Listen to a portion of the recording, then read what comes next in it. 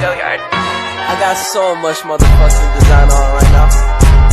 Break it down, bring it back, make it clap. I got 3 old thoughts, new block, where that thing. Bitches on my line, and you know they come strapped, hold up.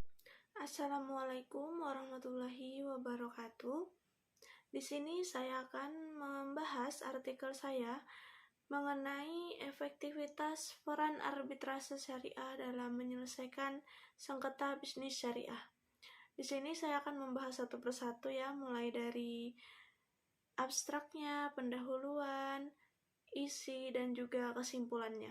Baik, langsung saja. Yang pertama yaitu abstraknya, yang mana sebuah prosedur yang disebut sebagai arbitrase syariah membantu dalam penyelesaian masalah syariah secara damai di luar pengadilan formal. Nah, Undang-Undang Nomor 30 Tahun 1999 yang mengatur mengenai arbitrase menyatakan bahwa arbitrase dapat digunakan untuk menyelesaikan sengketa perdata. Karena permasalahan komersial dapat diselesaikan di pengadilan ataupun di luar pengadilan. Tujuan artikel ini yaitu untuk mengevaluasi seberapa efektif arbitrase syariah di Indonesia dalam menyelesaikan konflik bisnis berdasarkan hukum Islam. Selanjutnya, pendahuluan.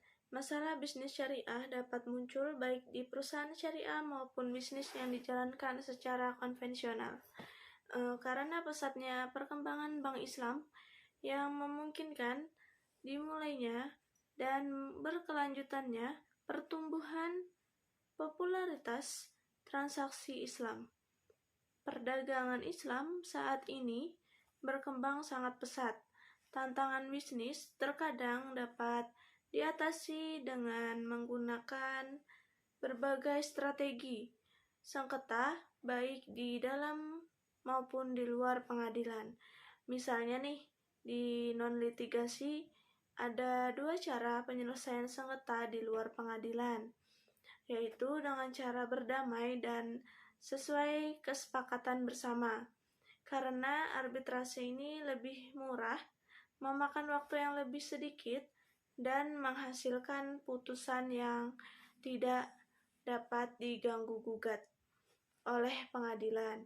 Nah, para pengusaha dan pembisnis lebih cenderung memilihnya. Nah, berdasarkan definisi di atas, artikel ini bermaksud untuk membenarkan daya guna arbitrase syariah dalam penanganan bentrokan bidang usaha syariah di Indonesia. Badan arbitrase syariah adalah subjek penyelidikan dalam pasal ini, karena sengketa komersial dapat diselesaikan dengan cara di luar hukum atau peradilan. Adapun metodologi penelitian yang digunakan dalam penelitian ini yaitu yuridis normatif, yang mana menitik beratkan pada isi putusan peradilan dan juga perundang-undangan. Nah, sedangkan metodologi penelitian menggunakan teknik kualitatif yang menawarkan ringkasan verbal atau tertulis dari temuan investigasi. Selanjutnya, pembahasan. Pembahasan yang pertama mengenai kewenangan arbitrase dalam penyelesaian sengketa bisnis syariah, yang mana keabsahan arbitrase sebagai sarana penyelesaian sengketa yang ditetapkan dengan berlakunya perjanjian sebagai undang-undang kepada para pihak di dalamnya. Ini menurut asas fakta san servanda yang diatur dalam pasal 1388 KUH Perdata. Nah, oleh karena itu, tujuan utama dari arbitrase syariah ini untuk menyelesaikan konflik antara pihak-pihak yang termasuk ekonomi syariah ataupun bisnis syariah dengan bekerja sama untuk mencapai kesepakatan yang damai.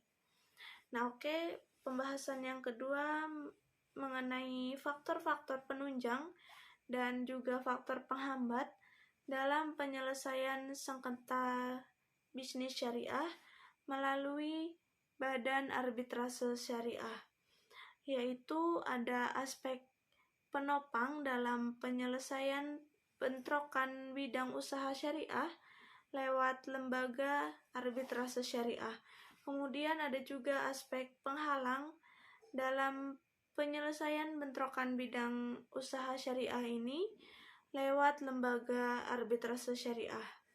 Nah, pembahasan yang ketiga yaitu efektivitas penyelesaian sengketa bisnis syariah melalui arbitrase syariah, yang mana sebagai salah satu opsi penyelesaian sengketa ekonomi syariah di luar pengadilan terbuka, yaitu arbitrase syariah. Nah, para pihak yang berselisih mendukung arbitrase syariah ini karena dianggap lebih tepat daripada perjanjian yang diperintahkan pengadilan.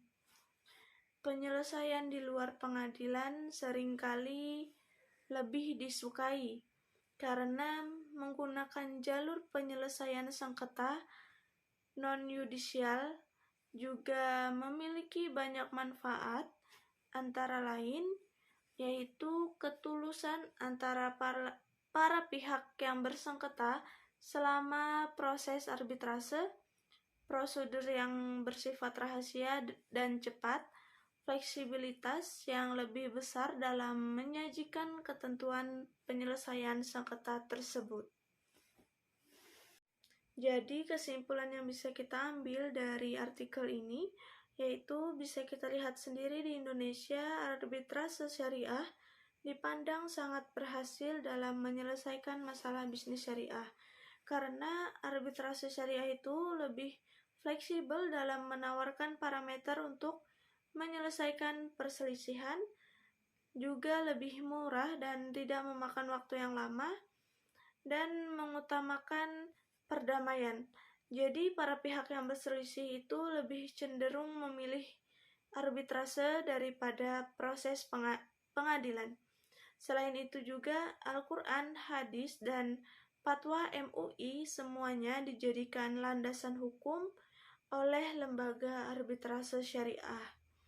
Nah, ada fakta nih bahwa para arbiter Basarnas, yaitu para orang yang profesional yang terampil di bidangnya, menjadi benteng bagi penyelesaian sengketa di Indonesia ini.